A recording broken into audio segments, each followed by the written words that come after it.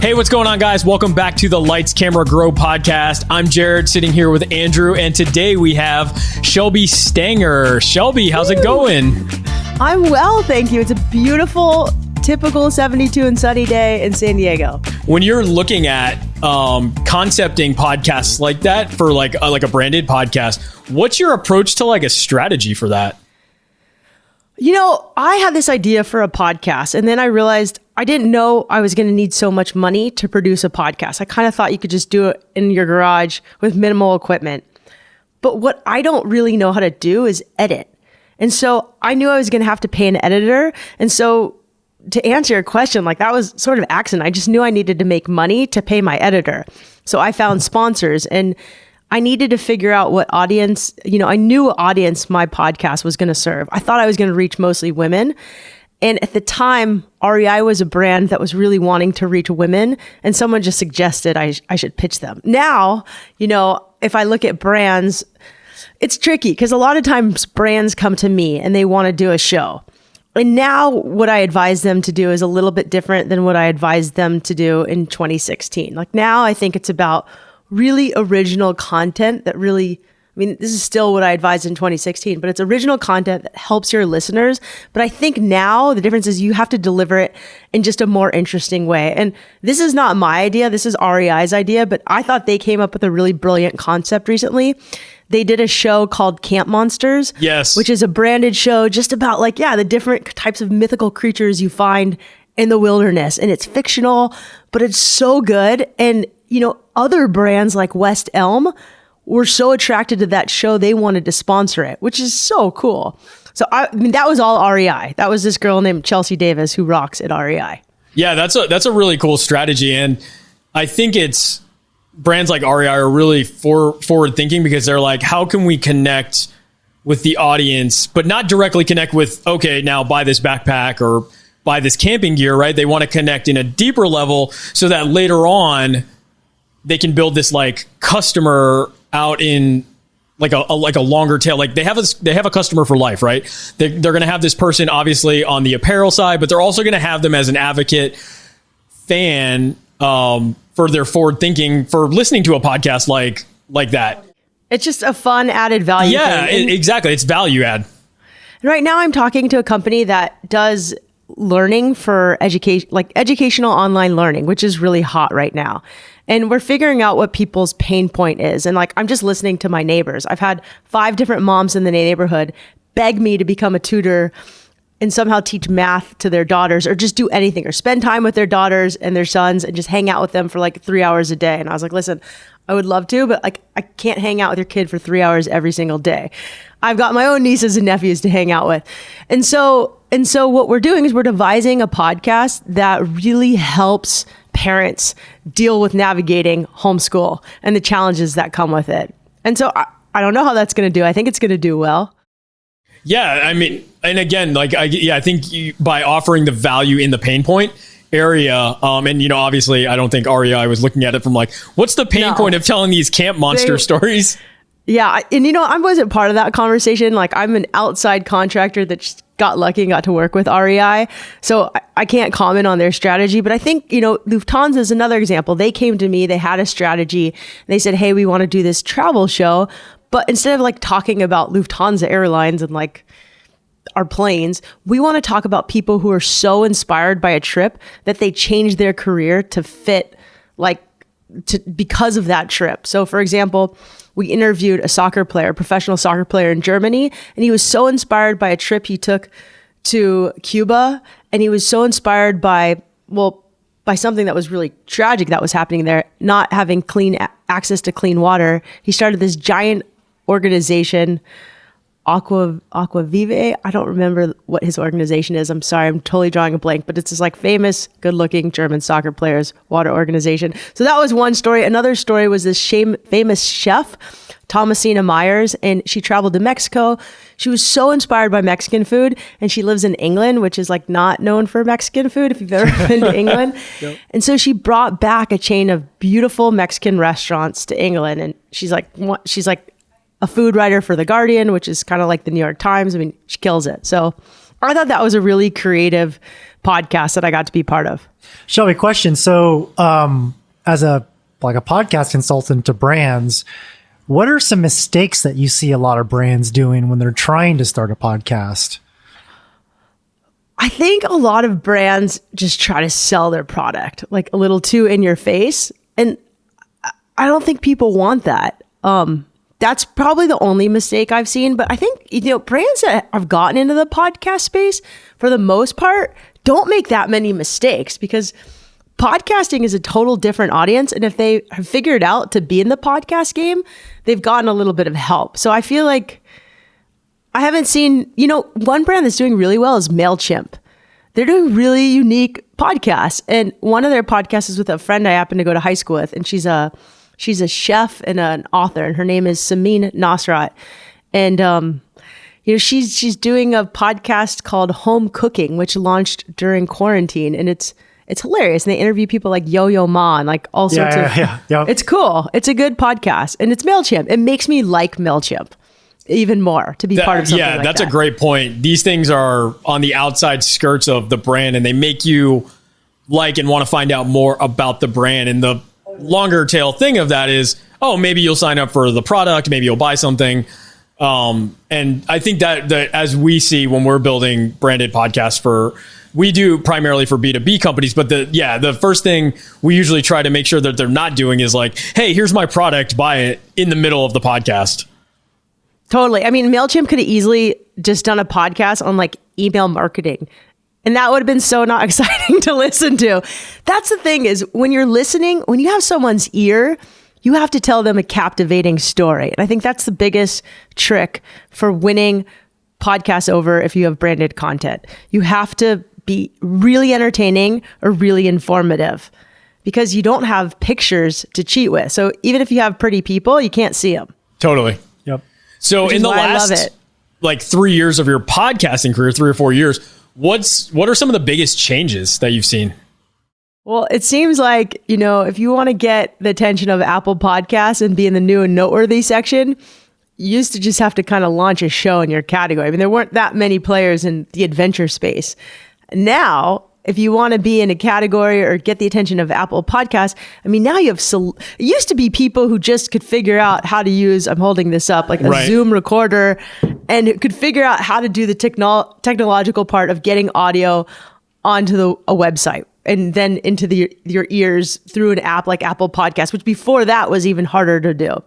Now you've got celebrities, and you have brands like Hulu and Amazon and Netflix and HBO and CNN doing their own shows. So it's not just like podcast outlets like Wondery and Gimlet. It's like major TV networks that are really good at producing great stories, and now they just have to do great stories without pictures. So it's a little more competitive, but that's not to say that a hobbyist can still make it, and they can compete alongside HBO, which is so cool. I think it's like the great equalizer podcasting right now still. That might change, but right now, in no other place can, in TV, you can't be a hobbyist television creator and I think compete YouTube would be the companion to that in the video space, right? Yeah. Exactly. So speaking of YouTube, do you have any involvement on video production for any of the podcasts? I should. And I think video is a great component. I just don't like editing, but Wild Ideas Worth Living, for the first few years, we did add shows to YouTube. Some of the shows I actually filmed live, and I think audiences love that. There's a different audience that really enjoys watching versus just listening. And it's a great way to reach more people. And I mean, YouTube is really powerful. Jumping really quick back into your background of marketing, how has that helped you in your podcast career? Have you taken like any tidbits that you drum up some old marketing thoughts that you had back in the day, or something you learned? Yeah, I mean, I had like no money when I launched Wild Ideas Worth Living, and I just had to have people listen to it. So I tried every marketing trick I ever knew in the book to get the word out. So at first, I didn't tell too many people about the podcast. I just kind of launched it, told my own network, because I wanted to make sure I was going to stay in the game. And there's this magic rule of 7. If you can produce 7 podcasts, you'll learn how hard it is. But if you can get to show 7, you're good to go. But most people fail and drop off before show 7. just because That it's is a lot the of magic work. number. All right. Yeah, I always thought it was Unless- 10, but 7's probably closer to the threshold for sure. I think Nice. I think that's if they're doing the editing and audio production themselves. But Right, even right. even working with an agency like you, there's still like a lot you're going to have to do to produce a podcast. Like you got to want to do it. So, where was I going with this? What was the question again? I'm sorry. Your marketing background. Oh, my marketing background. So yeah, it's like one of the things I had a lot of experiences doing is pitching. Like I was a freelance journalist, and if I didn't sell stories, I starved. So I figured out ways to actually syndicate some of my podcasts to different outlets and let them use my content, because everybody's starving for good content. And this was like a piece of content they could use. The other things is I was really cool to my guests, and I sent guests snail mail. And the only reason why I did that was because, being a podcast guest sometimes takes a lot of time. With you guys, it's super easy, but it is an investment of your energy and time. And I just wanted to thank them. So, at the time I could do a snail mail card, with other guests, like I'm able now to like send gift cards or coffee gift cards or something. I think saying thank you goes a long way, and just saying thank you in a meaningful way. The other thing is I made it really easy for my guests to share the podcast. I would write them a letter with exactly what they could say. If they wanted to take the copy, great. And I even made it, I had a guy help me, but he made it so that all they had to do is click a button and it would end up on Twitter. I also gave them square images so that they could Instagram about it. Instagram doesn't do that great for podcasts. I've experimented with audiograms. Audiograms work really well. And then, I talk to other podcasters. And I think one thing I learned, and I teach this in a lot of my podcast classes, is to market a podcast, you have to go where podcast listeners are. They're not necessarily on Instagram all day. They're listening to other podcasts though. So that's a really powerful marketing tool. And then I cold called people. I finally figured out who was at Apple, and I found some people at Spotify, and I just learned how to pitch and figured out ways to connect with people. And then one time I did a podcast about a slackliner. And so I experimented with Facebook groups, and I found slacklining groups all over the world and gave them the podcast about the slackliner. And it actually did pretty well. That's awesome. So that's really interesting. So a couple things to unpack, right? Number one is if you're launching a podcast from scratch, let's make the assumption that you actually have a brand and you've got a following, you've got a social following, all that kind of stuff, right? I had no following. So that was really tricky for me. I was totally anti-social but that's media. most people, right? Yeah, they don't have I a didn't like following. Instagram. I didn't want to do, that's why I wanted to have a podcast, because I didn't want to put pictures up all the time. Right. So I think what a lot of people make the mistake is okay, I'm launching this podcast. I don't actually have a true brand built, and I don't have that much of a following, but I'm going to spend all this time on social media. And it's no, you actually need to stop doing that, because you need to build the following first to distribute your content to them, I think social media is very hard to get that attention because there's so many people at the top of that funnel, right? So what you need to do, and I think what you just really correctly keyed in on, is how do I just roll up my sleeves and just do some old fashioned partnership building, cold calling, reaching out, building personalized emails, and just trying to build the brand or the podcast itself on more of that one-to-one basis. I think with all the tools and technology we have today, we get a little bit lazy where we take the shotgun approach to everything. And look, if you're a Coca-Cola or you're a huge brand and you're about to launch a podcast, you've got 15 million or however many followers, that's great.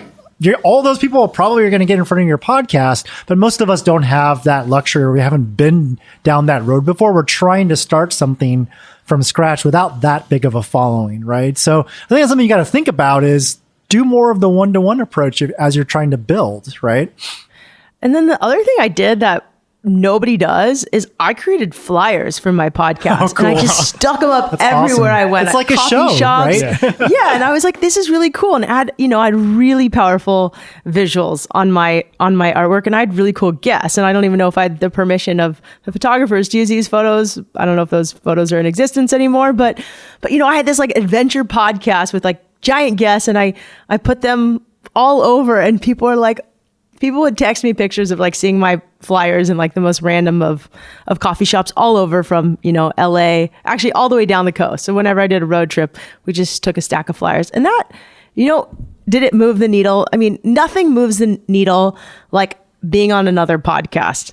That's number one, audio, but everything else does add up. And the other thing is I just spent a lot of time really trying to make good, valuable content before I did any marketing, because I just wanted to make sure I was going to stay in the game and that, podcasting was pretty new. So like to tell someone to listen to a podcast when I started was a big ask. Like you had to physically show people.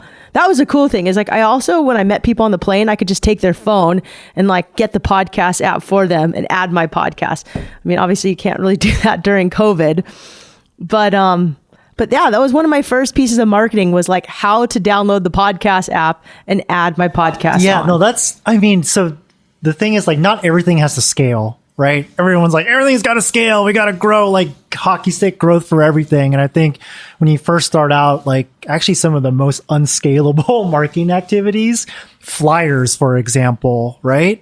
Like how do you get that first group of 100 people, right, to just engage and really like what you're doing, and you build from there.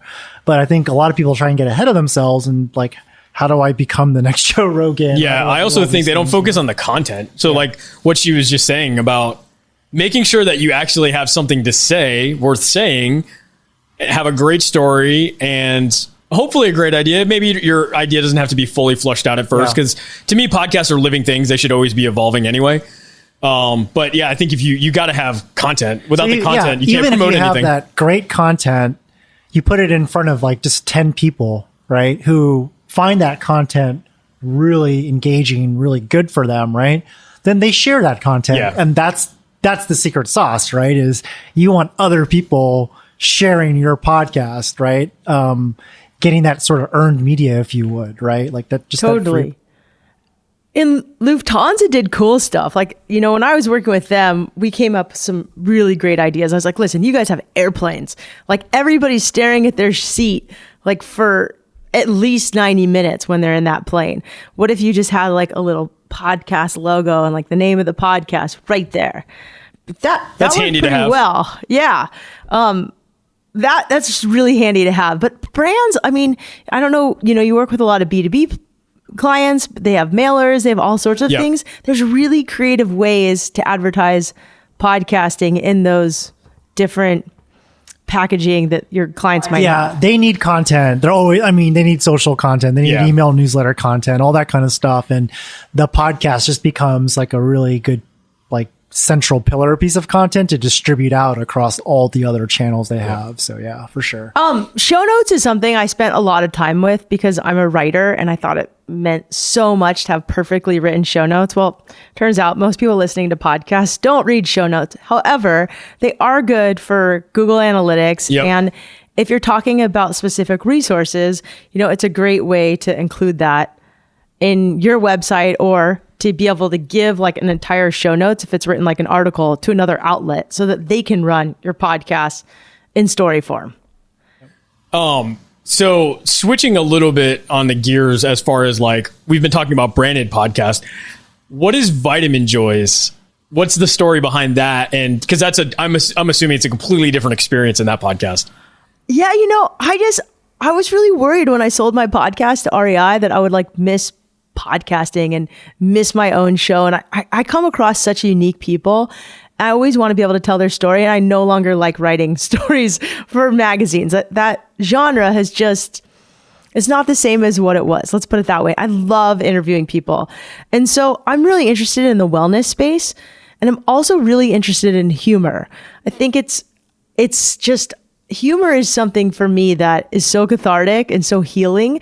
And it's also something that we've sort of lost as a nation a little bit, our sense of humor. Especially right now. Yeah. And it's really tricky for me. So doing a podcast just on humor was going to be a little too much for me to bite off. However, combining wellness and humor was something I wanted to talk about. There were so many wellness podcasts I saw there that were just inaccessible to the average person. They're just like so hardcore. And I kept hearing this word vitamin joy and it just made me happy. Like, everybody could use a little bit more vitamin joy in their life. Vitamins are easy to take. They're swallowable. They're affordable. They're accessible to everybody. So I wanted to still do things like test out weird prescriptions for health, like water fasting or giving up caffeine or, probably not doing mushrooms because I'm like freaked out of that stuff. But maybe interviewing someone who does. And then I also wanted to talk to comedians about humor and people who used humor in business. And then I wanted to talk about meditation and mindfulness. So really, I just wanted to create a health and wellness podcast. And in the back of my head, I was like, look, there's also a lot of brands that would love that are in the health and wellness space that, if I needed to sell this podcast, I could. But for me, this is honestly just a passion project. It's not gangbusters big. It's small. I'm not using all the same marketing tricks that I used to because frankly, I'm a little buried with a couple of other projects, but I love it and I'm building it and I'm building it slow and I'm getting to test out different marketing tactics that I didn't use the first time. And it's growing every week, which is great. And that's all you can ask for. I thought I would have a lot more like if I put my podcast feed of Vitamin Joy in some of my other podcasts, it would automatically grow. But I'm not doing that. I'm going to see if I can grow it in 2020 organically and see what happens. And so far, it's been a fun experiment and people really like the episodes. That's awesome. So obviously you're super busy between Vitamin Joy, the branded podcast that you're probably still consulting for. Where does the teaching come into play and that aspect? Because I'm really curious and take us ground level, how you teach the class and what the class is about, but also how do you fit that into your crazy schedule? Well, I'm lucky. I don't have kids and it's just me and my dude and some surfboards. So we don't have a dog. We have a really free life and we're incredibly blessed and we can work from home. We live on the beach. Our place is falling apart. We don't care though. Surfboards are more important to us than things. So we figured out a way to be a little bit more minimalistic. And so that's one thing. And two is I don't mind working hard. But the podcasting class just came about because my husband kept saying, you're going to coffee way too much and giving away all of your advice for free. And then you're tired and you're not necessarily contributing to our rent through this. Why don't you just create a class and let everybody have it, make it affordable, but you can also make some money doing it. And that way, you don't have to have individual coffee meetings every single week or literally it got to the point where every single day someone would call me and say, hey, Shelby, I'm thinking about starting a podcast. Can I pick your brain? And now if someone says, can I pick your brain? I'm I get scared. I have a little PTSD because I just got it so much. And, I've picked people's brain before. So I get it. And I wanted to make something that was valuable to people, but also no one talks about the monetization part of the podcast.